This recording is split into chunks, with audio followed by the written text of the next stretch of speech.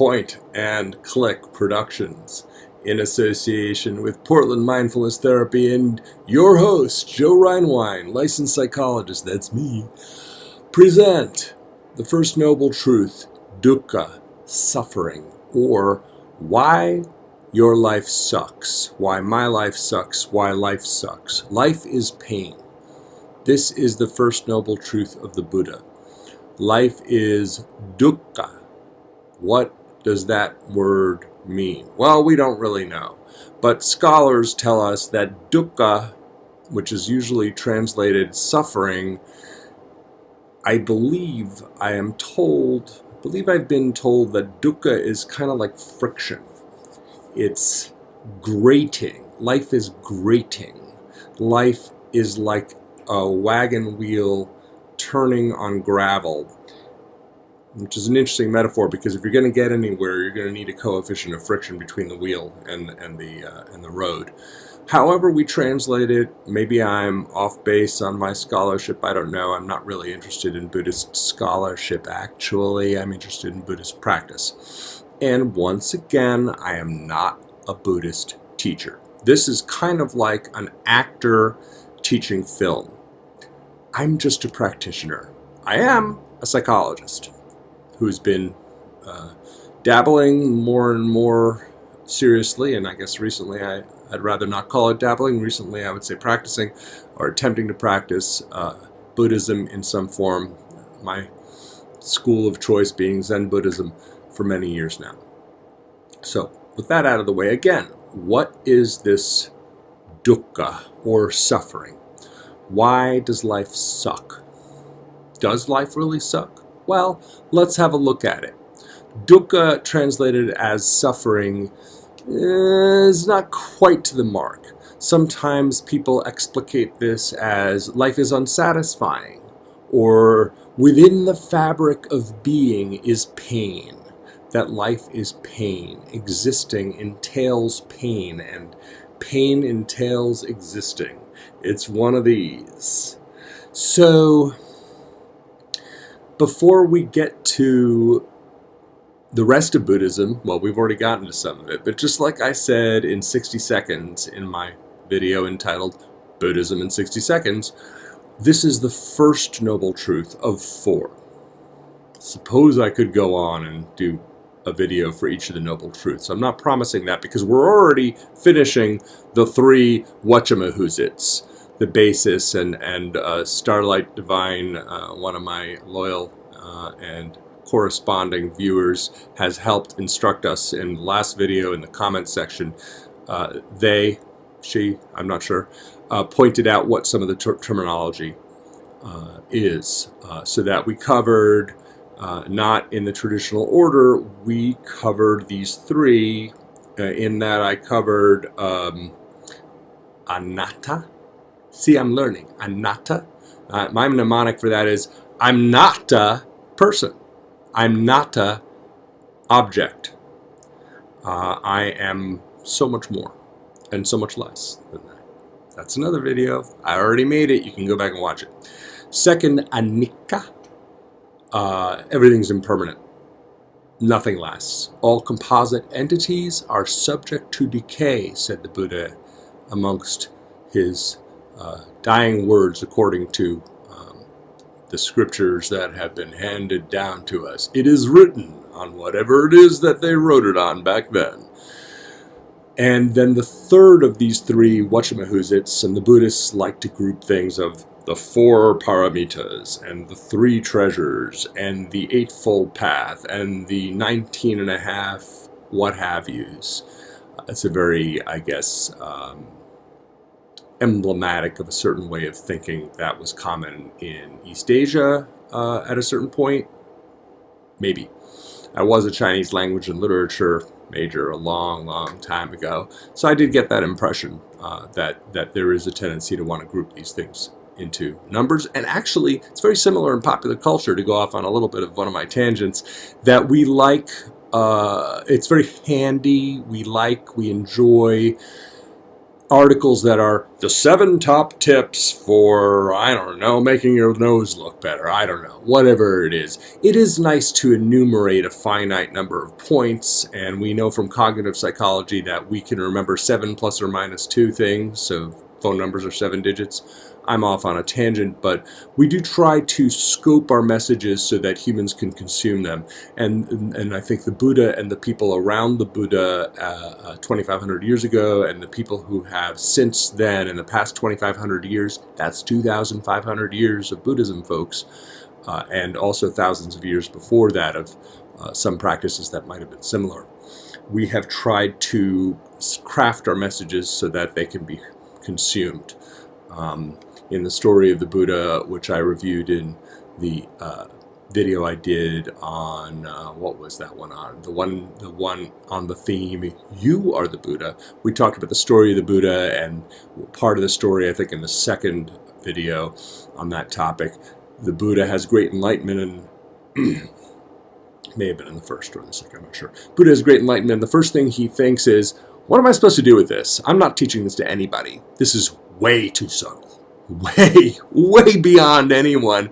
And then supposedly an angel begs him, and he says, all right, I'll teach it. And so to enumerate, okay, there are 4 noble truths, these are the most important things. And then there are other things and more things. So which thing are we on now? We're on the first noble truth. We're on the most essential observation of the Buddha, which could be stated as life is pain or life is suffering, or in more modern parlance, life sucks.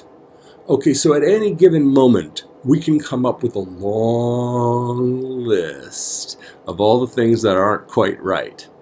My skin is peeling. I have back pain. I have a common medical condition whose name I shall not raise because it is a little bit disgusting, that I am currently suffering from and experiencing pain from at this very moment, and will get treated again for shortly.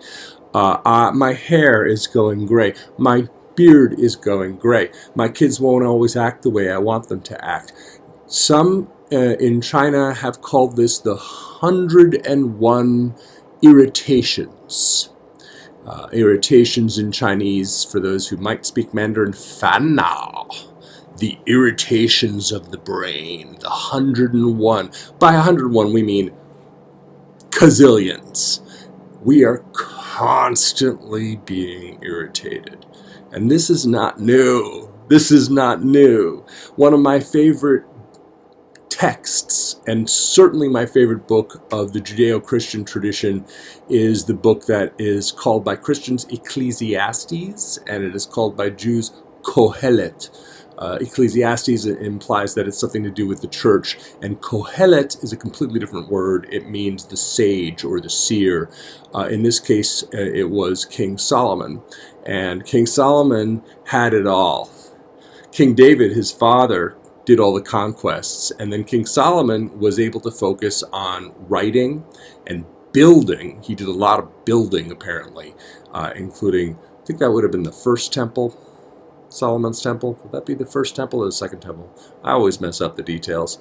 Anyhow, he built he built a temple. He built Jerusalem, rebuilt a lot of stuff, and built up a lot of more stuff. But Ecclesiastes, as the Christians call it, Kohelet, as the Jews call it, this text is just fantastic. I'm off on a tangent, but I want to show you how universal this stuff is. I think I've mentioned it before. It begins in Hebrew, Havel Havelim Amar Kohelet.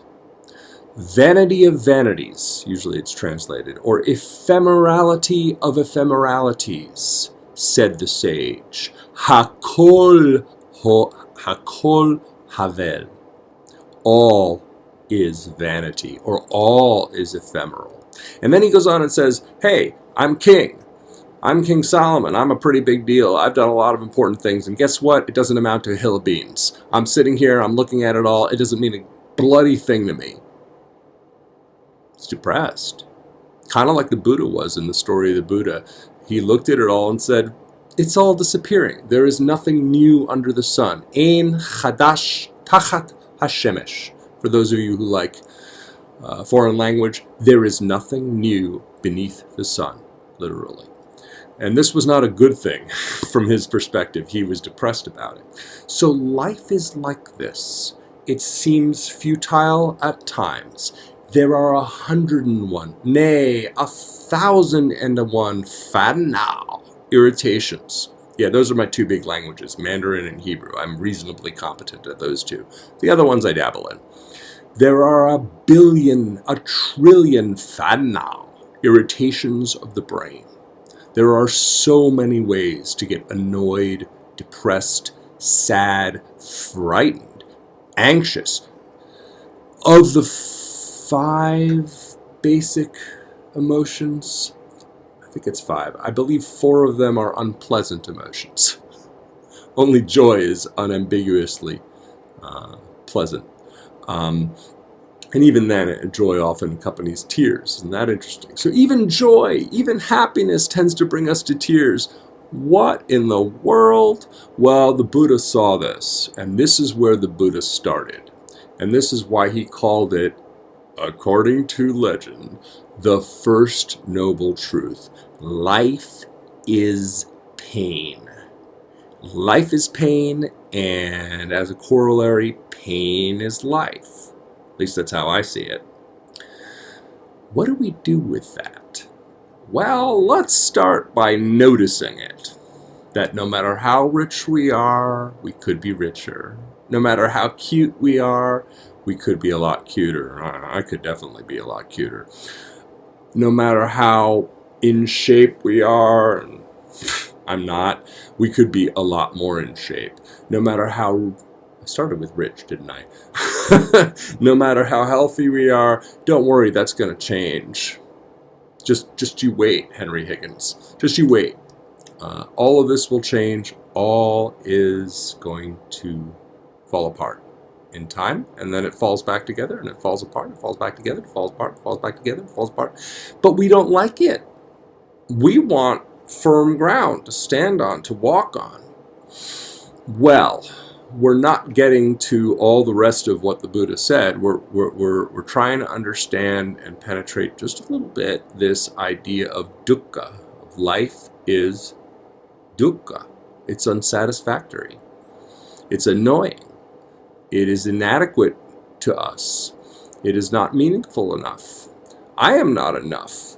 We are not enough. Nothing is enough. If it's not one thing, it's another. If it's not one problem, it's another. If it's not one deficit, it's another. Well, let me give you just a glimpse ahead, which I mentioned in the 60-second Buddhism in 60 Seconds video. I probably mentioned, I mentioned it in the last couple videos. What am I talking about? Part of why we suffer is we cling. We want consistency. We want stability where none is possible. None is possible. And so we tense up and we cling. And we create so much more suffering than there needs to be. There's a core of pain here.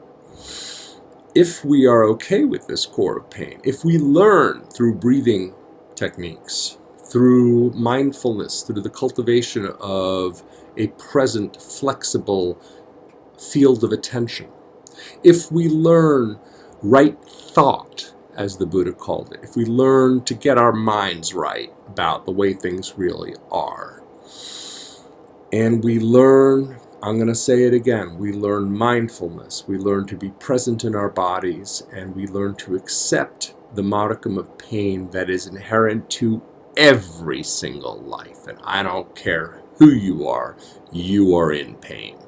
You are in pain a little or a lot, but you are in pain. Merely gravity makes sure that my neck is not entirely comfortable. Merely existing and knowing that we are going to die is a source of suffering. Just knowing what we know is a source of suffering. So, we could work with what we have, or we could say, fuck this. Yeah, that's right. That's what I said. Fuck this. Boom. Kill myself. Take myself out. Or become a cynic. Say, life's bad. Life's just bad. We could do that. We could turn to drugs and alcohol. We could turn to narcissism. Oh, I'm really the shit. I'm what it's all about. We have almost as many ways of being stupid about this and being unskillful about this as there are ways of suffering. Well, I don't know if I've said anything that we don't already all know, but it is important to me, at least, to remember these things and to point them out. And I think this video is going to top out over 20 minutes because this is the big one. This is the important one. Let's spend a little longer exploring this life is pain business. Let's do a little thought experiment. What if we removed all pain? Well, neurologically, we know something about this. Actually, people who are born with no pain receptors in their body die in their 20s or 30s because they don't respond to the environment in a way that the organism part of us needs. If they're sleeping, they don't turn in their sleep in response to discomfort. Oh. So their bodies slowly self-destruct from our standpoint prematurely, where our allotted time nowadays might be between 60 and 100 years. These unfortunate folks, I guess unfortunate, but at least I feel compassion for them, these folks will die in their 20s or 30s, from what I'm given to understand. Minor cuts, if they leave their hand on a stove, it just burns. They don't jerk their hand away. A myriad of things protect us about pain. A myriad of ways. Didn't exactly language that right. There are a myriad of ways that pain protects us. That's just physical pain. In the example of people born without pain receptors. You can't live very long without pain receptors. If we look at emotional pain, why grow up if being immature is not painful? Why not just be a flippin' baby our whole lives and be a jerk to everyone and put ourselves number one? Well, I guess some people get away with that, and some people end up running whole nations based on that principle. But in general, this doesn't work out so well, and even when it works out in a superficial way, there's evidence of a heck of a lot of suffering within the individual and certainly around the individual. Well, if someone wants to be that, someone wants to be a big baby the rest of their lives, you can keep it. You can keep it. I'm not interested in that. I want to have a good life. And that's what philosophy is about, is what is the good life? And Buddhism is a kind of philosophy. I'm going to say it again. Buddhism is a kind of philosophy. It doesn't exactly conform to what we think of in the Western world as philosophy. We tend to be very cerebral about it. Buddhism is an embodied way of life kind of philosophy. And in this way of life kind of philosophy, we're not here to be big babies. We're not here to be big, demanding tyrants. We're not here to crawl into our self-pity and say, oh, poor me, the rest of our lives. We can do a little bit more than that. We can transform that in some ways into something a little more enjoyable for ourselves, something a little more beautiful for everyone else. The metaphor of the caterpillar who goes into a cocoon and comes out a butterfly comes to mind. That transformation is possible. It's not remarkable. It's not magical. It's not something special. It's not something out of your experience. You have transformed, and you will transform some more. This is not exotic. So the remainder of the Four Noble Truths, the three that are left after the first one, life is suffering, are about, well, the cause of suffering, being our stupid minds, the cessation of suffering being possible, that the annihilation of suffering is possible, and how to do that is the fourth noble truth, the eightfold path of right thinking, right speech, right this, right that, right the other. And that sounds a little bit, I don't know, a little anal and a little rigid to us 21st century Americans and other, I should say United Statesians, since the Americas are half the planet. So to 21st century people, that sounds a little dated, and it is. But some things do not change. Not all things swing with the winds of fashion. Some things appear not to change. And human nature has not changed very much in 3,000 years. There are superficial changes, but some of the core issues are the same. And that's why we have Buddhism as one of the fastest growing religions. That's why we have yoga as an enormous source of growth all across the planet. And frankly, that's why we have a return to traditional religions, to Christianity, to Judaism, to Islam. It's not irrational. From an atheist perspective, maybe all of this is kind of a bunch of hogwash, in which case, okay, fine. You go ahead and do your thing. I'm an atheist too in some ways. In some ways, Buddhism is an atheistic religion. But I digress. To finish on the theme that we started with, the first noble truth is that life is suffering. If you want to know why your life sucks, it's not maybe as satisfying an answer as you wanted. If you want to know why do we have to have so much pain, hopefully there's some content in this video that approaches that. But the main answer to why is because. Because existing entails pain, and pain, I hurt, therefore I am, is one way to rephrase the first noble truth. Pain is vital. It is of vital importance, and it gives us vitality. It's not as bad as we think it is. Excruciating pain can make it pretty hard to do things. I want to acknowledge that. Chronic excruciating pain can make it very hard to do things indeed. And part of my practice is helping people with chronic and sometimes excruciating pain. But let's not deny what is in fact here. Let's start from scratch by saying, yeah, we're in pain. Let's face that. Even if it's a little bit. Tomorrow it'll be more. The next day it'll be less. And we also have joy and meaning and purpose. It's not to negate any of that. But it's to face facts that there are 1,001 ways, 1,000,001 ways to be agitated. There's always an excuse to get our knickers in a twist, to get our hackles up. Pick your metaphor, to get disturbed. There's always a reason to feel disturbed. If you want, you can be disturbed the rest of your life, and in which case, go ahead, you can keep that. I'm not interested in that. If you want, you can work on finding ways that the lotus can bloom in muddy water. The lotus blooms in muddy water. Bye-bye.